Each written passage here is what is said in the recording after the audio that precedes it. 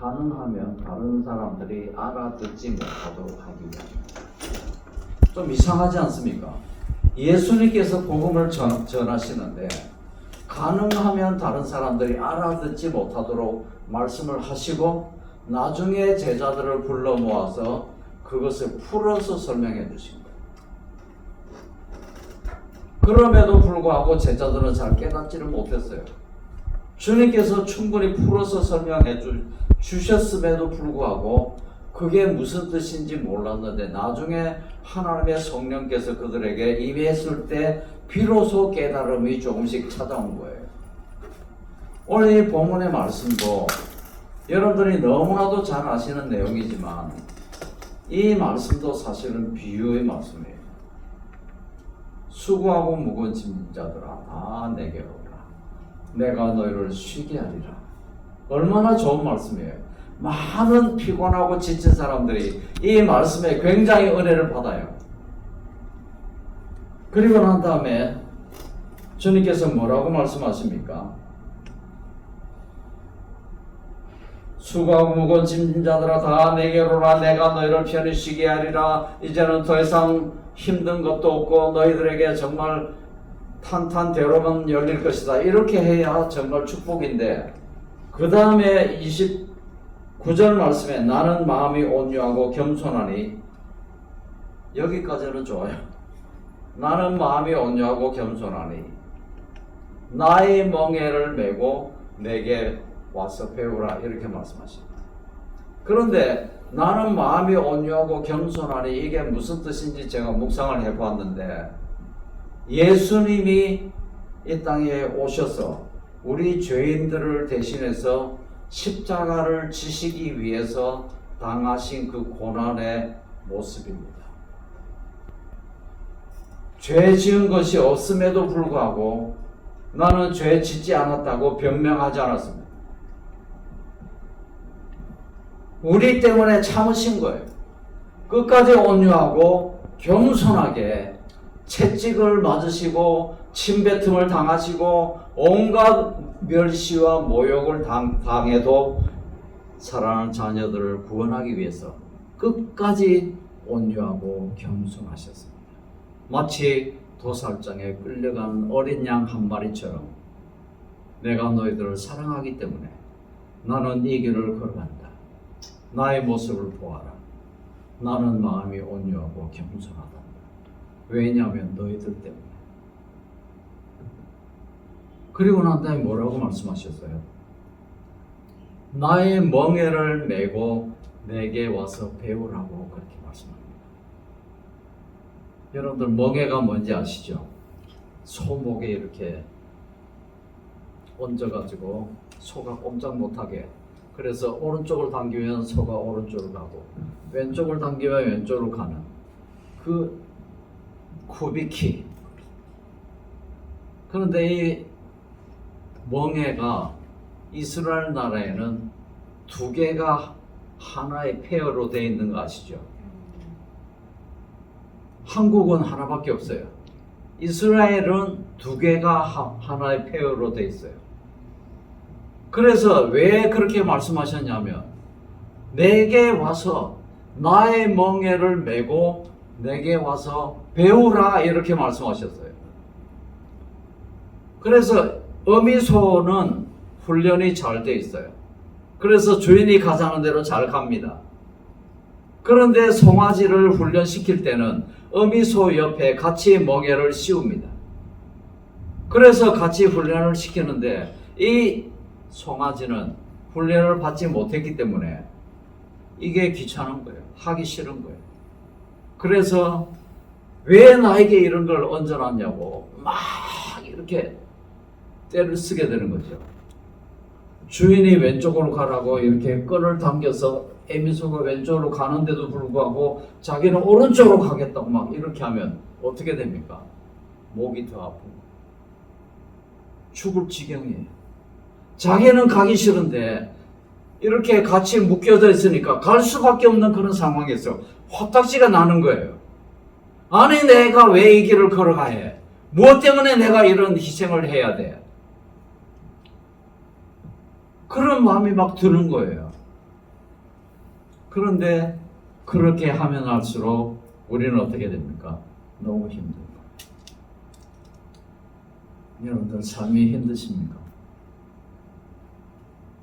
사실은 수고하고 무거운 짐진 자들은 다 내게로 내가 너희를 쉬게 하리라는 그 비결에는 십자가를 지고 나를 따르라는 그 전제가 여기 깔려 있는 거예요.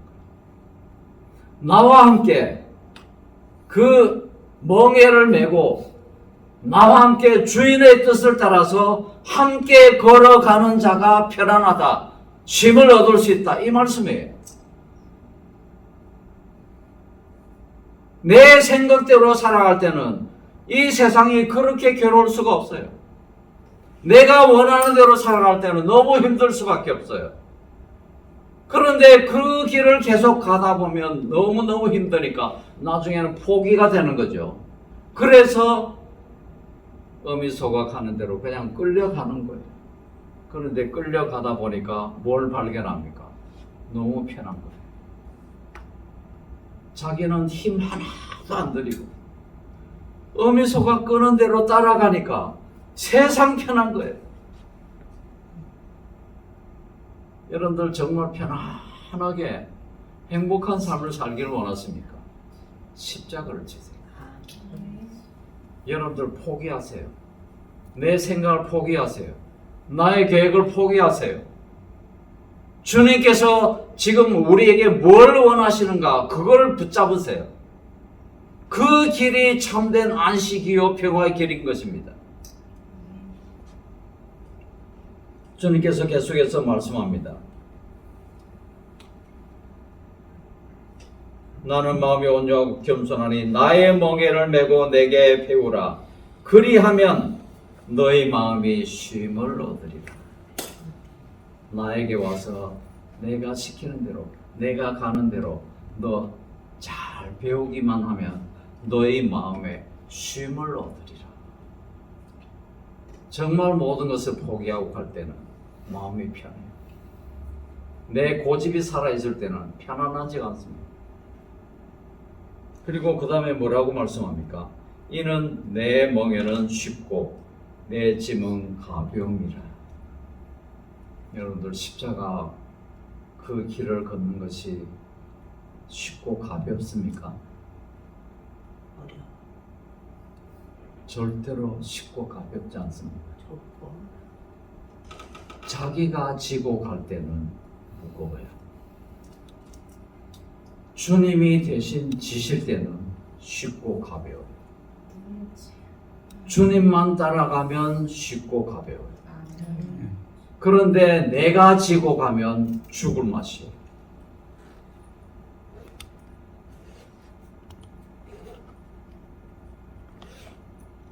그 길이 어떤 길입니까? 좁은 길입니다. 세상 사람들이 가지 않는 길이에요. 정말 주님께서 우리에게 늘 가르쳐 주시는 좁은 길. 주님이 걸어가셨던 길입니다.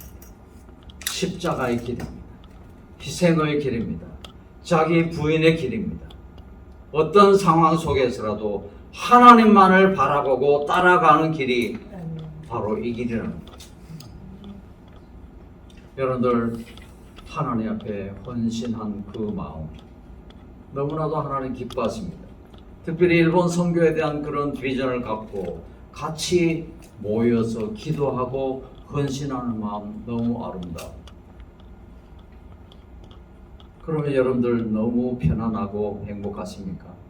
너무 가볍습니까? 왜 그런지, 왜 쉽고 가볍지 않은지 여러분들 스스로가 돌아볼 때 답이 나옵니다.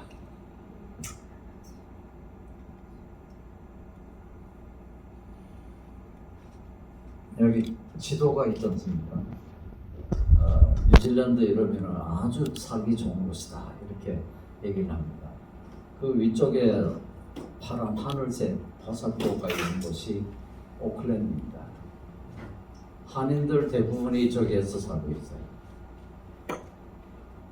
거의 대부분이 북섬에 살고 있어요. 북섬은 날씨가 굉장히 온화하고 살기 좋은 곳입니다.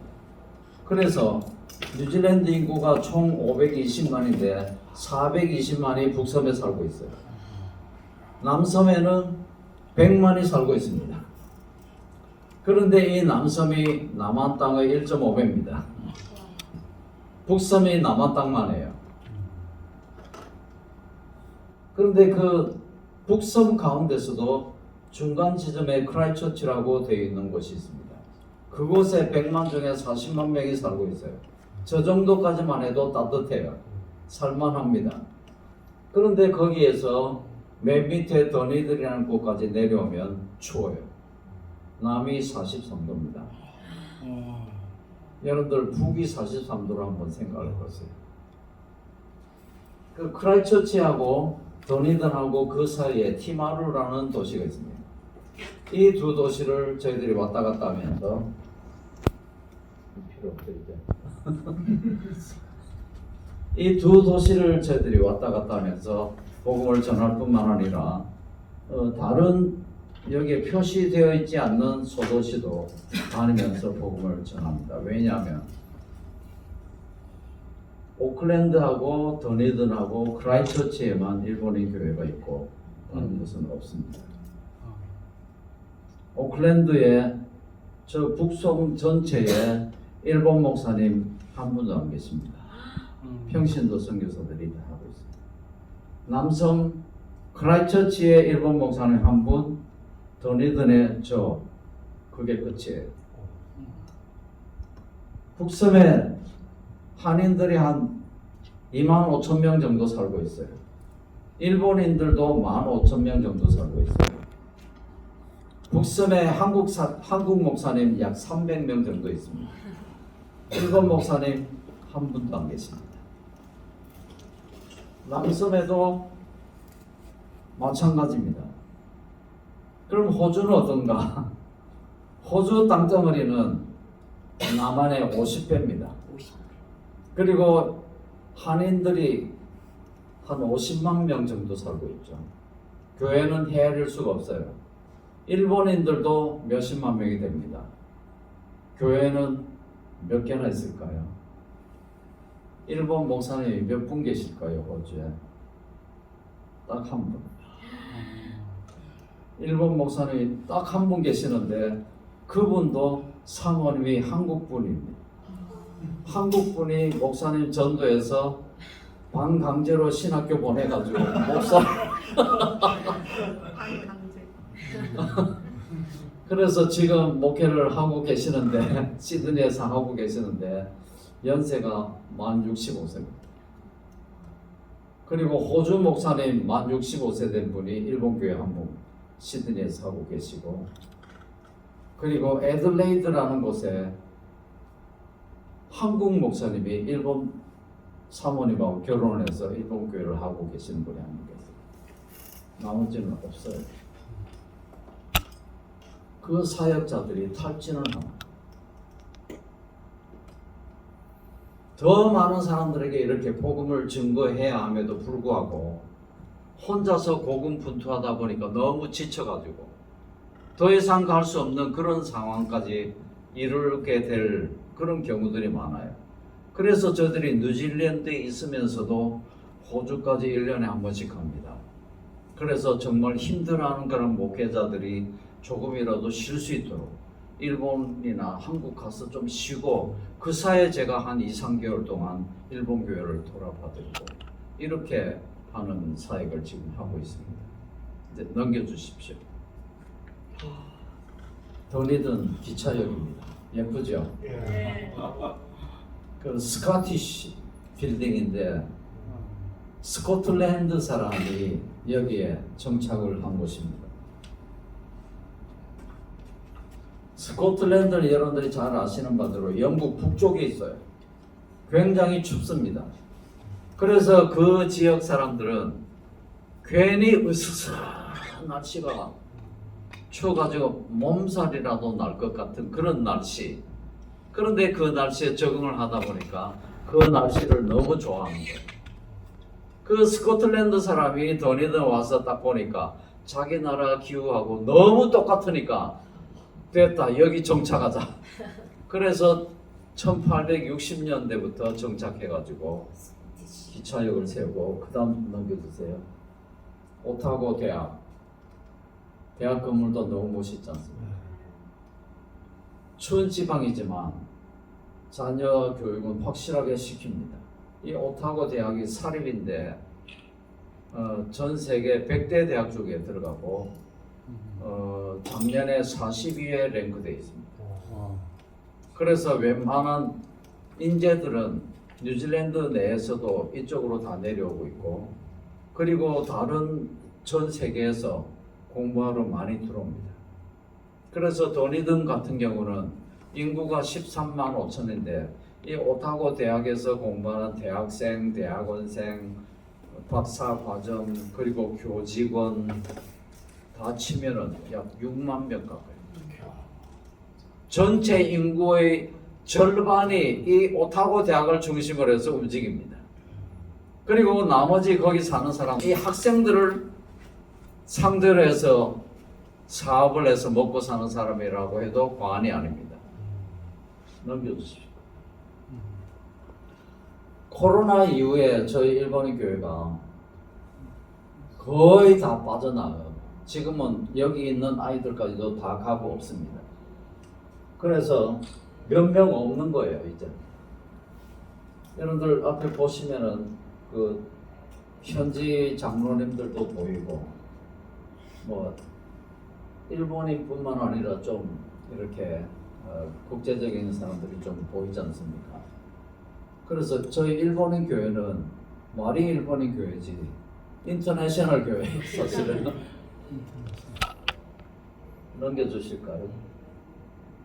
아론 전도사님이 저희 교회를 지금 많이 협력을 하고 계십니다.